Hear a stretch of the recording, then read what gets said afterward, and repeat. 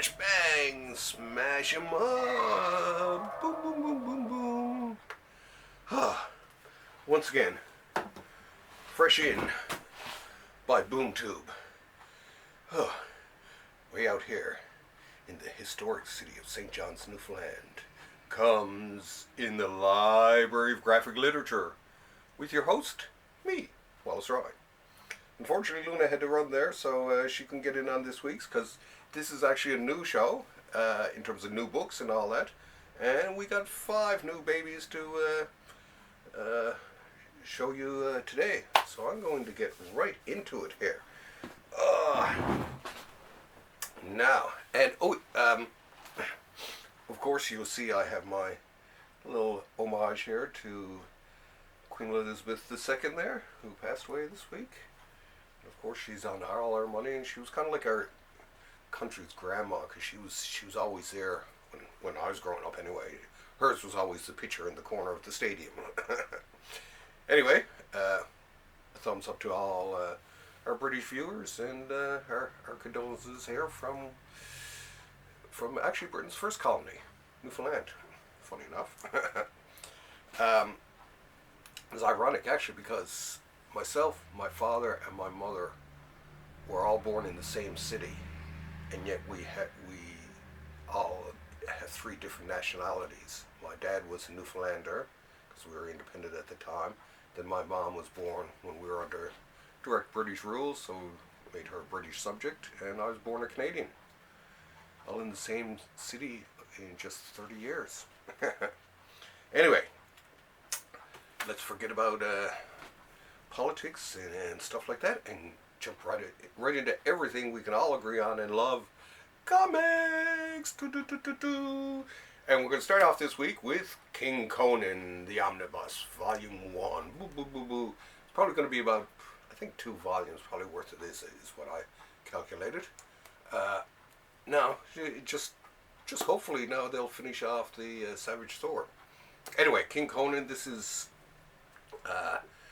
basically the story of Conan when he's King Conan, obviously King Conan. Written by Roy Thomas, Doug Munch, and Alan Zelenetz, and pencilers John Buscema and Mark Silvestri for part of it. Infantino, Pollard, Colin, Cooperberg, and friends. And then the inkers, of course, is where it really comes to life, because you got Ernie Chan, Danny Belandi, who did Captain Newfoundland, Ricardo Villamonte, Rudy Nebrez, one of my favorite actually. Anyway, it's a story of once Conan has become king, and it starts out with I do believe it's based on L. Sprague de Camp and Lynn Carter story. So, these are based on the characters per se, right? Okay. And the art, I kind of like. Now this, I kind of always did kind of like Ernie Chan. I liked him when he was Ernie Chua, working with DC. I always loved his claw. I thought was pretty cool for a barbarian comic.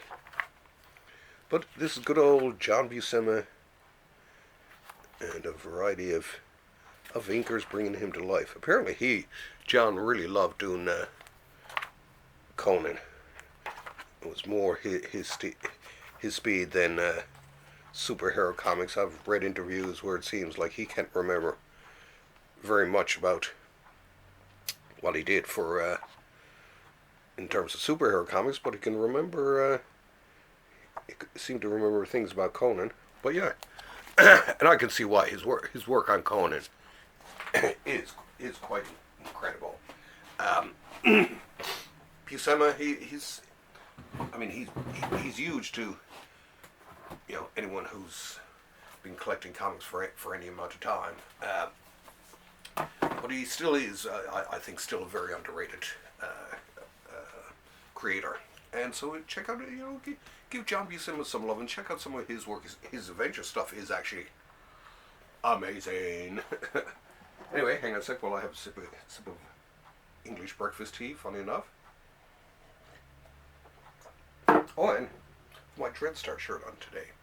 Anyway, up next is Alex Ross's Fantastic Four Full Circle. And this one, actually, this ain't bad. It's I like how the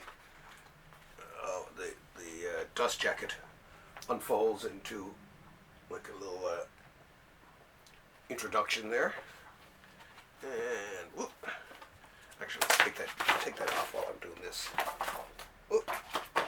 I didn't get the slipcase one because, well, I'm on a budget these days, and it was just like, you know,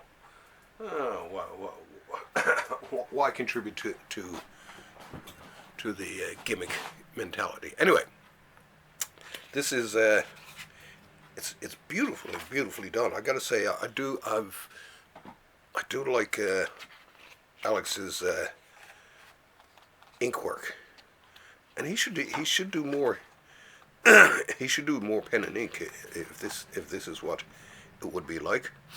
Anyway, they come upon this guy who goes way back to, it's just after the Silver Surfer saga, when this guy tries to steal Ben Grimm's identity, and he ends up sacrificing himself to save, as they recount here, to save Reed.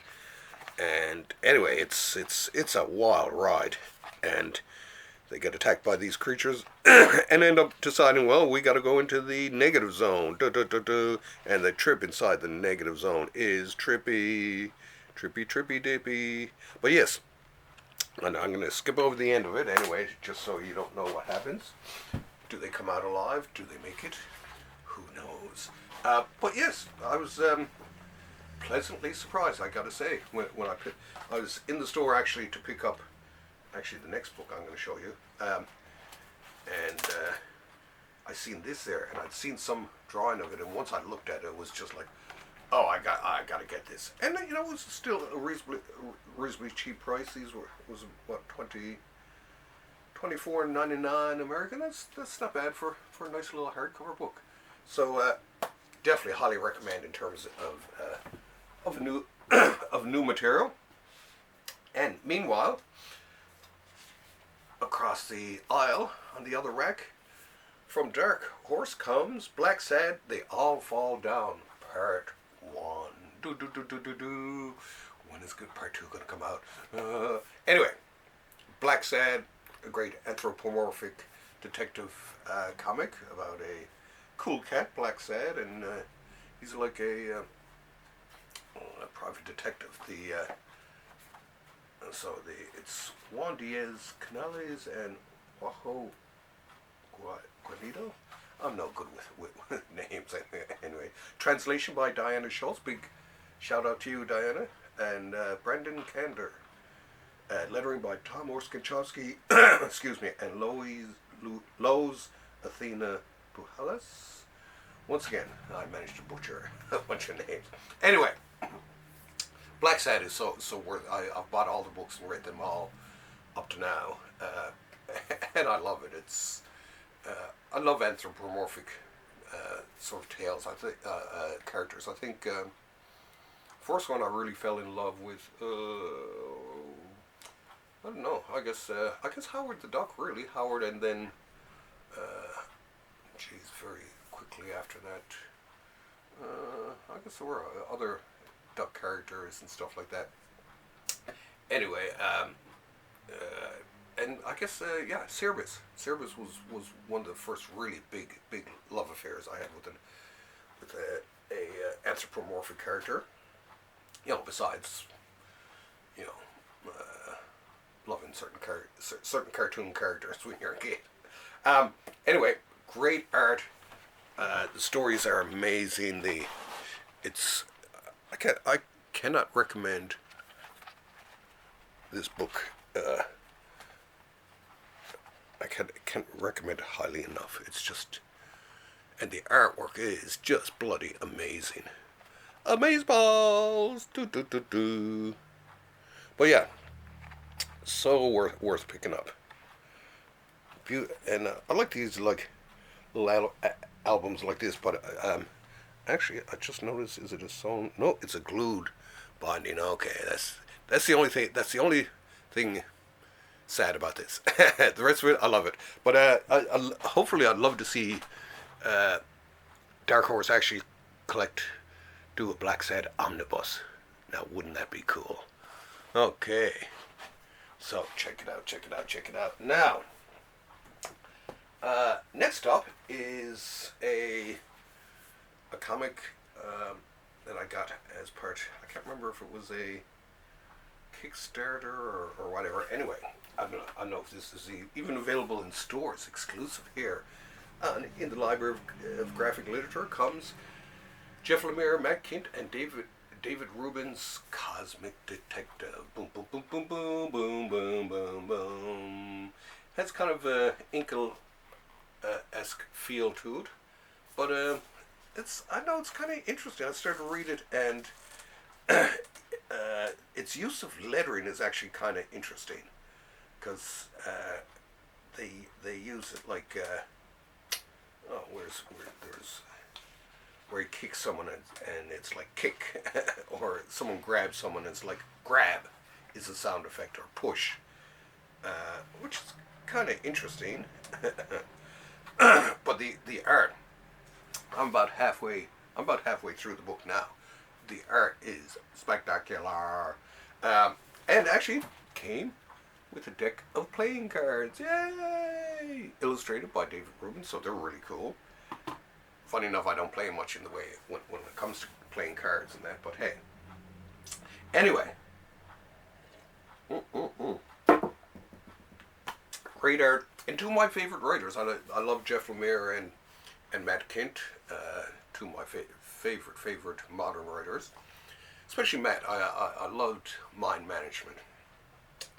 One of the greatest comic series of the 21st century already. So way to go, Matt. Anyway, this is beautiful. It also comes with a little poster. Hang on a second. Let's hold it up. Let's see. Well, I like sort of the kicks, some of these Kickstarter ones and all that. And apparently, and you'll see it here too as soon as we the Aztec Ace I ordered so many years ago, so long ago, apparently is finally in is being shipped, and I'll be showing that. But yeah, and thanks to Dennis Osbourne actually, because Dennis usually from Thursday Comics, he usually alerts me to a lot of these, and he orders some of them, and I order them too. And so a lot of times he ends up just ordering one book from me for something. Anyway, it's so worth getting it. And as a matter of fact, I'm not just gonna talk about it. I'm gonna show it to you. See that, the tip, glib, cling clang. So yeah, great free form layout, and without losing the reader. Excuse me. Well, pardon me. I'm just getting over my second bout of COVID, so I'm still a bit sneezy. Anyway, check it out. Oh, look at that. I mean, come on. This is a beautiful book. Great story so far, as I've read so far, and the art is just absolutely wonderful. It's amazing. So I highly recommend this, especially for anyone who's, say, a fan of, if you're a fan of European comics, this is just so for you. Wow, I'm really zipping through these here. And here's the cards again. Pretty cool. Now, last and definitely not least is boom boom, the latest in the Karl Barks library. This is volume. I can never remember which I wish they actually would put the volume stamp on it right up front. This is volume 26. So I wish they'd actually put out some of the earlier volumes. Um, so I know some of you out there are like saying, Wallace, what are you doing, Uncle Scrooge? Have you lost your mind? No, I have not lost my mind, because Carl Barks wrote and drew some of the coolest stories in comics. And that's the thing about, I like to wax eloquent on the Duck Comics. That's the thing about the Duck Comics. I know that some people, when I be telling them how much I love Duck Comics, their eyes are like rolling in their head, and they think that I've gone insane or something like that. And no, I have not gone insane, but they're just great comics. I first fell in love. I mean, I read them when I was a kid, but I absolutely fell in love, and I've told this story before, I'm sure, when I came across The Life and Times of Scrooge McDuck. And it was when it won an Eisner, and I thought to myself, this got to be something. This got to be some story. If it if it won an Eisner, a duck story, come on. So I check it out, and it is just amazing. Yeah. I love it. I've read it a couple of times now, and I probably will read it again. I have it in 1, 2, 3 different editions, and I did want to buy the big beautiful edition of it recently, but it was just too expensive. But if anyone wants to buy it and send it to me as a gift, you can. And so then that began my love affair, and of course I bought all the Don Rose archives, and when the Carl Barks stories came out, it was just like, oh, this is so cool. I get to read all the stuff that, has really made the history of the Duck Comics.